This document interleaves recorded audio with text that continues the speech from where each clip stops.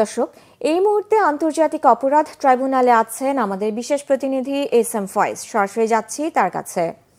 Faiz, July August গণহত্যা মামলায় আজ দ্বিতীয় দফায় ট্রাইব্যুনালের বিচার প্রক্রিয়া এখন কোন পর্যায়ে?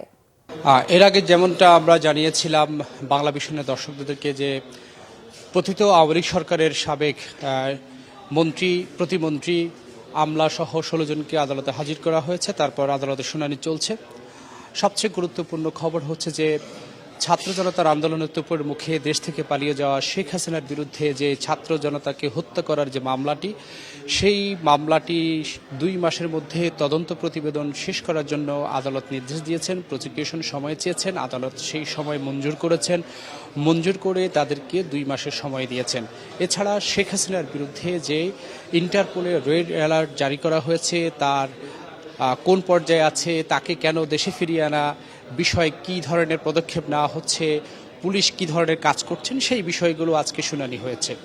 এছাড়া যেই 16 মন্ত্রীকে মন্ত্রী, প্রতিমন্ত্রী, আমলা, সাবেক তাদেরকে যে শুনানি চলছে সেই শুনানির জন্য 2 মাসের সময় চেয়েছেন। তাদের মামলারও 2 মাসের মধ্যে চূড়ান্ত প্রতিবেদন দিতে বলা হয়েছে আদালতের পক্ষ থেকে। আদালত সেই সময়টি মঞ্জুর করেছেন এবং তাদের সামনেই তাদের যে অপরাধ, তাদের যে পটভূমি, শুধু জুলাই আগস্ট গণহত্যা নয়, শেখ হাসিনার আমলে অর্থাৎ শেখ হাসিনার শাসন আমলে যে ধরনের গুম, খুন, অপহরণ হয়েছে সেই বিষয়গুলোর প্রেক্ষাপট এখানে তুলে ধরা হয়েছে। আরেকটি বিষয় যে শেখ হাসিনার বিরুদ্ধে গুমের যে অভিযোগ, সেই অভিযোগটি সত্যতা পেয়েছে, স্বাভাবিকভাবে সত্যতা পেয়েছে গুম কমিশন। সেটির প্রতিবেদন আজকে আন্তর্জাতিক অপরাধ ট্রাইব্যুনালে দেওয়া হয়েছে। এ ছিল আমার কাছে এখানকার সবশেষ খবর। ধন্যবাদ ফয়েজ।